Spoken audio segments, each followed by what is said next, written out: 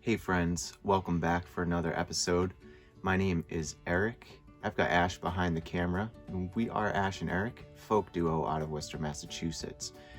I am joining Performer Magazine and Mackie to check out the Mackie ONYX8 mixer and interface. We're also joined by Nugget, the studio cat here at Harvest Home Studio. Okay, so we've got the ONYX out of the box, and now we're gonna connect it to the computer and Logic Pro in order to record some music. So I've got this USB cable. So it's really simple. There's a USB out at the back of the board, plug it in there, USB in on my Mac, power cable there, and here's a power switch. Flip it. We got the light indicating there is indeed power, and the studio command is going to light up, and it takes about a minute, 30 seconds for the board to, there we go, to wake up. Right here you can see it's offering to pair the board with a Bluetooth device, which could be great in a live setting, but for today we're not going to use that function. Now, if you're like me, you're assuming that there's a driver for your Mac to get it working with the ONYX8. And I went to Mackie's website, searched around. The only driver I could find is for the PC. I guess a cool feature is that for a Mac, you don't need a driver.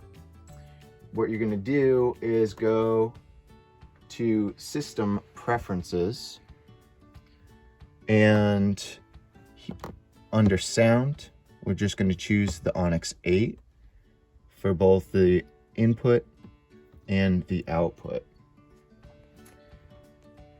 And now I'm going to pop open Logic, and I'll have you join me again quickly to show how we set that up in Logic. Okay, I have a Logic project open up here, and what I'm going to do to connect it to the ONYX, or to set it as my input and output, we're going to go up to Logic Pro, Preferences, Audio, and under Output and Input Devices, you can see that it gives us options.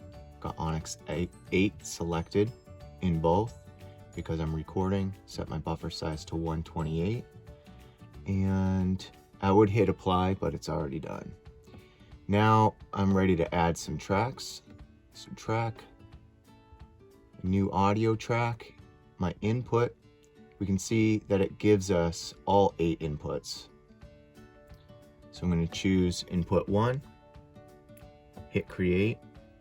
That's going to be for Ash's vocals, and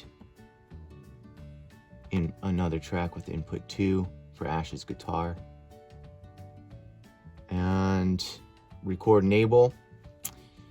And that's pretty straightforward, pretty simple.